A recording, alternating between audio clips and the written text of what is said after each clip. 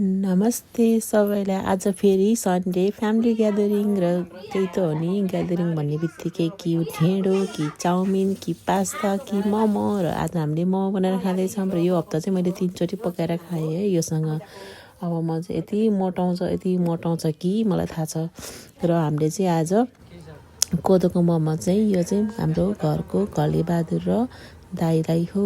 र दाइले पनि मासु खानुहुन्न र यो कोदोको मोमो चाहिँ भेज हो है। फेरि भेजमा बनाएको त्यो भेजको चाहिँ मैले भिडियो बनाउन बिर्सेछु। र यो चाहिँ मैले दाइ र हाम्रो घरको साउलाई हालेको छु। र यो चाहिँ मैदाको मोमो, यो चाहिँ पोर्क है।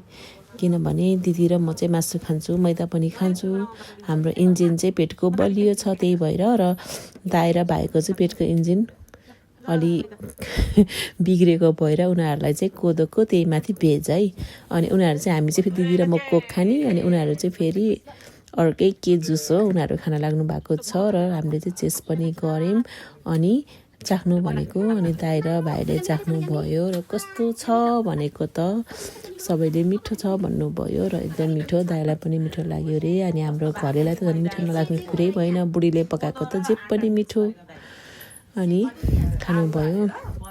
अनि दिदीलाई पनि मैले खानु दिदी भनेको, दिदीले पनि चाख्नु भएको थियो र दिदीलाई पनि मिठो लाग्यो भन्नुभयो। र हाम्रो चाहिँ फेरि बुढाहरू एकदम चक्छ के, अब त्यही भएर दिदीले भन्ने बित्तिकै खान पाउनु भएन र अब खाँदै हुनुहुन्छ।